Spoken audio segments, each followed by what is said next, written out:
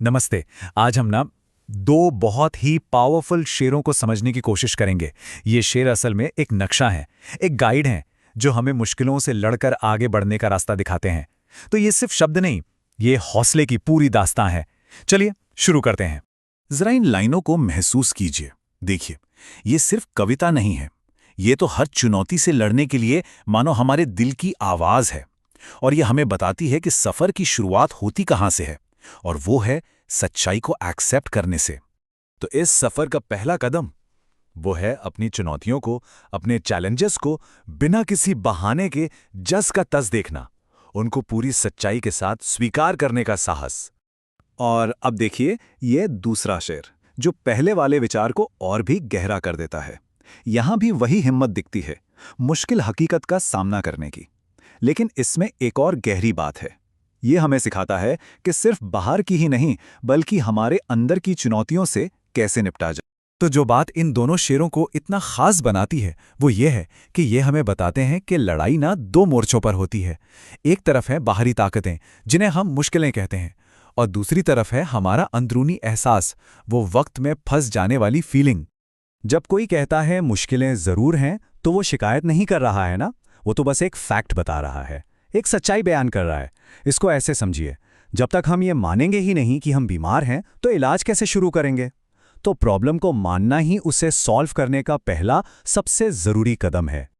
और यहीं से कहानी में एक जबरदस्त मोड़ आता है। ठीक है, हमने प्रॉब्लम को मान लिया, पर अब क्या?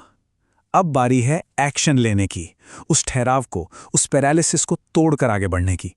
जरा सोचिए, जब कोई मुश्किलों से घिरा हो, जब उसे लगे कि वक्त ने उसे फंसा लिया है, तो क्या होता है? एक ठहराव सा आ जाता है, पैरालिसिस। ऐसा लगता है जैसे जिंदगी बस रुक सी गई है। यही वो अंधेरा है जिसे शायर पहले पहचानता है। लेकिन फिर कहानी में एंट्री होती है दो बहुत ही पावरफुल शब्दों की, मगर और लेकिन। ये सिर्फ शब्द नहीं है, ये एक चॉइस है, एक कॉन्शियस डिसीजन है। ये उस ठहराव को, उस इनएक्शन को रिजेक्ट करने का ऐलान है। ये कहने जैसा है, हाँ हालात बुरे हैं, पर मैं यहां रुकने वाला नहीं हूं। तो यहां समझने वाली बात यह है कि मुश्किलें खत्म नहीं हो रही हैं, कोई जादू नहीं हुआ है, बल्कि उन मुश्किलों के होते हुए भी आगे बढ़ने का, अपना मेंटल बैलेंस बनाए रखने का एक अंदरूनी फैसला लिया जा रहा है। ये हार मानने से साफ साफ इनकार है, ये उम्मीद को चुनने जैसा है। अब हम इस साइकोलॉजिकल जर्नी के, कह सकते हैं, क्लाइमैक्स पर पहुंचते हैं। वो पावरफुल मोमेंट जब इंसान अपनी पहचान को, अपनी आइडेंटिटी को एक ढाल की तरह इस्तेमाल करता है परिस्थितियों का सामना करने के लिए। ये लाइन, हालातों से हार जाऊं, मैं वो इंसान नहीं हूं, ये इस पूरी सोच की आत्मा है। ये सबसे बड़ी, सबसे जरूरी डिक्लेरेशन है। यहां आकर लड़ाई सिर्फ बाहर की नहीं रहती। ये इस बात का ऐलान है कि मेरे हालात चाहे जो भी हों, वो ये तय नहीं कर सकते कि मैं कौन। इस लाइन के पीछे के लॉजिक को समझिए, कितनी गहराई है इसमें। पहला कदम, अपने परिस्थितियों को, अपने हालातों को स्वीकार करना। दूसरा, हार की संभावना पर सोचना, से हार जाऊं। और फिर तीसरा और सबसे पावरफुल कदम, उस संभावना को सिरे से खारिज कर देना, ये कहकर कि हारना मेरी पहचान, मेरे स्वर के ही खिलाफ है, मैं वो इंसान नहीं हूं। और हालात शब्द का इस्तेमाल देखिए, कितना कमाल का है। हालात का मतलब सिर्फ एक दो मुश्किलें नहीं होता, इसका मतलब है आपकी पूरी सिचुएशन, आपके आसपास का सारा माहौल। और यहां शायर ये कह रहा है कि मैं अपनी पूरी स्थिति के A to Z हर चीज के टोटल सम से भी बड़ा हूं, चाहे वो कितनी भी खराब क्यों ना हो। तो चलिए अब इस सफर के आखिरी पड़ाव पर चलते हैं, और ये शायद सबसे गहरा, सबसे फिलोसॉफिकल हिस्सा है। एक सवाल उठता है, क्या जीत का मतलब हमेशा मंजिल तक पहुंचना ही होता है? देखते हैं ये शेर क्या कहता है। ये जो आखिरी लाइन है, मंजिल से कह दो अभी पहुंचा नहीं हूं मैं, ये मंजिल या गोल के पूरे आइडिया को ही फ्लिप कर देती है। ये एक तरह से मंजिल को ही चैलेंज कर रही है।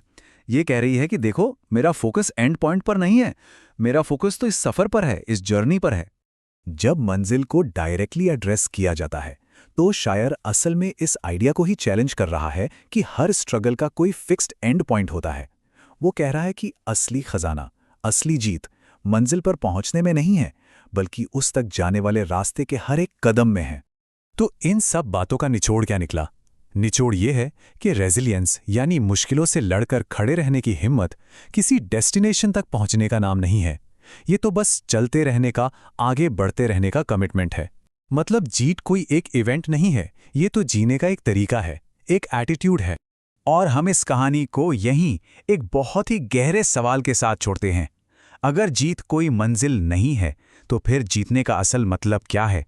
जरा सोचिए, इस पावरफुल आइडिया को अपनी चुनौतियों और अपनी जिंदगी में कैसे देखा जा सकता है।